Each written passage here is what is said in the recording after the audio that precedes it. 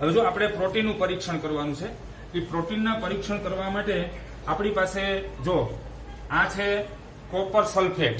શું છે? Copper sulphate. અને આ છે કોસ્ટિક સોડા.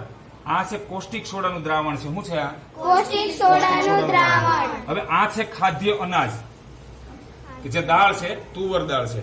એની અંદર આપણે એ દ્રાવણ નાખશું અને જો એ દ્રાવણ છે એનો કલર છે ને એ જાંબલી બની જાય તો આપણે સમજશું કે આની અંદર પ્રોટીનનું અવશેષો છે એમ કહી શકાય. પ્રોટીન આની અંદર છે એમ આપણે કહી શકાય. જોઈએ હવે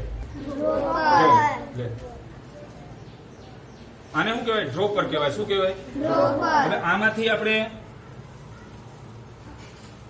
બે ટીપા લેશું અને આપણે આમાં નાખીએ અનાજ ઉપર.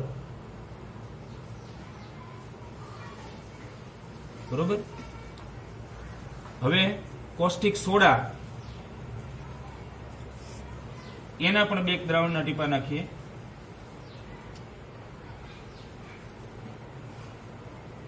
હવે જુઓ અને આપણે હલાવશું.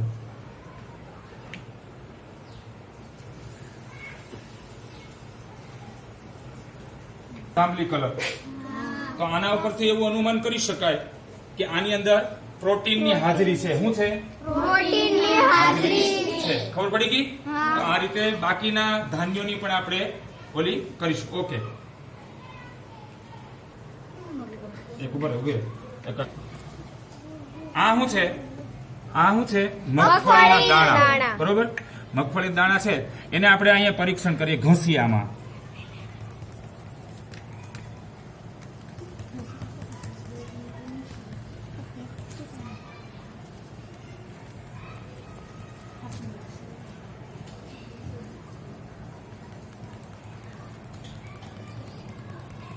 તો જુઓ આમાં થઈ ગયું આપણને તેલ જેવું તેલના ડાઘા દેખાય છે આમાં.